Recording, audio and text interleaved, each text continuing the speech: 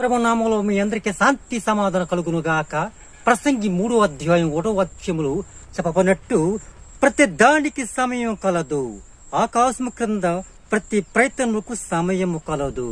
అవునండి, గర్భవతి తన బిడ్డ కనడానికి 9 నెలలు వెయిట్ చేసి మరి బిడ్డ చూసి సంతోషపడుతుంది.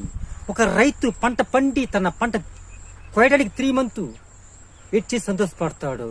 ఒక స్టూడెంట్స్ మంచిగా చదువుకొని తన మంచి జాబ్ సెటిల్ అయినప్పుడు డాక్టర్ అయినప్పుడు సంతోషపడతాడు. ఇదంతా లోకపరమైనది.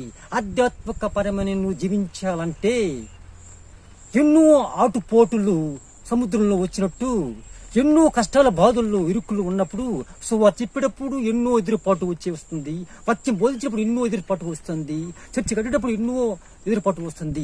వీటికన్నీ తట్టుకొని నువ్వు జీవించినట్టు నీకు మంచి ఫలం వస్తుంది. దానికి సమయం ఉంటుంది. ఈ వాక్యం దేవుడు దీవించబడును గాక. ఆమేన్.